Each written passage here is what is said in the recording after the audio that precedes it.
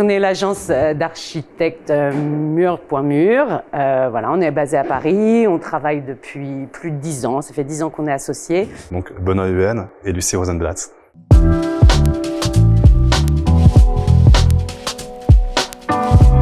On a passé le diplôme d'architecte ensemble et on a après chacun travaillé dans différentes agences sur des projets vraiment très différents. Et après on s'est retrouvés quelques temps plus tard. Naturellement, on est passé de projets plutôt orientés vers la nuit sur des projets plutôt dans le 10e, comme ici, comme à Octave, plutôt orientés sur la bouche, commerce de bouche, sur les. Du coup, on se retrouve là chez Octave à travailler sur un showroom à la fois du vin. Là où hier, on était plutôt sur une boucherie ou sur des poissonneries, ce qu'on adore aussi. Mais franchement, plus c'est des programmations différentes, plus on apprécie, parce que du coup, on prend des risques et du coup, je pense que ça enrichit les projets qu'on mature tous les deux, quoi. Voilà, donc ici qui a un programme diversifié, qui a un programme hybride. Il y a des expositions, il y a de la vente de fringues, il y a donc les spiritueux, le cidre.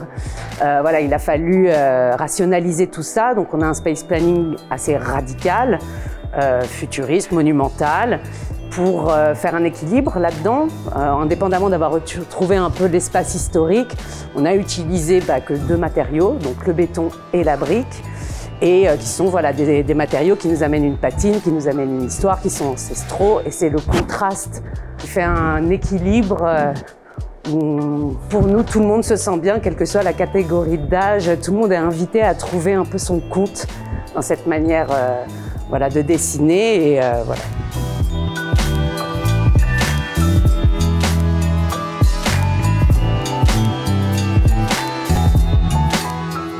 On commence déjà par aller sur site avec nos clients et spontanément on a des premières idées qui viennent et après on essaie vraiment de les porter le plus vite possible sur papier avec Lucie, donc on bosse vraiment à 4 mains et donc c'est une esquisse qu'on produit spontanément et après on la transforme assez rapidement en chantier, sachant que le chantier reste un moment créatif.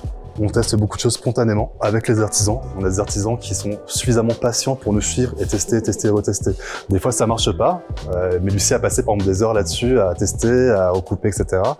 Et puis, c'est super important qu'il faut qu'on ait des défauts, de la patine, que ça bave un petit peu, on n'est pas parfait, c'est de l'artisanat. C'est tout ce qui fait la différence entre l'artisanat et puis l'agencement. Moi, je pense que cette approche-là de vintage et de futurisme, c'est quelque chose qu'on peut retrouver dans chacun de nos projets. Ensuite, on n'est pas là pour faire des showrooms mur-mur, donc on respecte le cahier des charges et c'est quand même des programmations entre un restaurant, une boutique de bouche, du pur retail ou des bureaux. Voilà, c'est la programmation aussi qui nous amène à faire des agencements différents. Et nous, on va vraiment, c'est l'avantage d'être architecte, c'est qu'on va du bâtiment à la forme de la fourchette.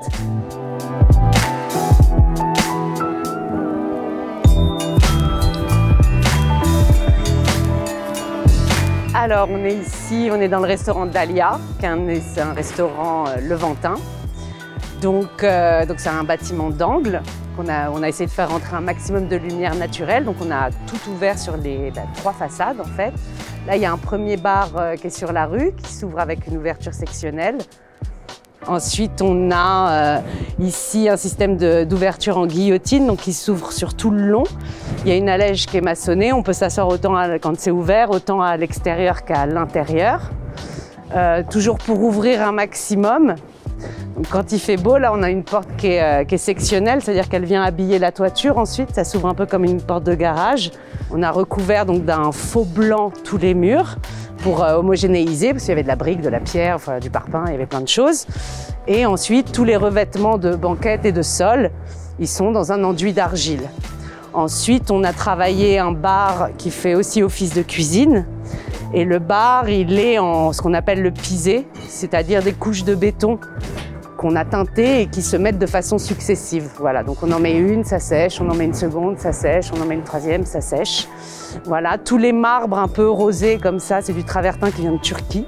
Et voilà, donc l'objectif c'était d'ouvrir un maximum les salles, tout en réservant quand même pour rythmer voilà, des manières de s'asseoir différentes et des salles plus ou moins intimistes, même si c'est fermé que par un vitrage.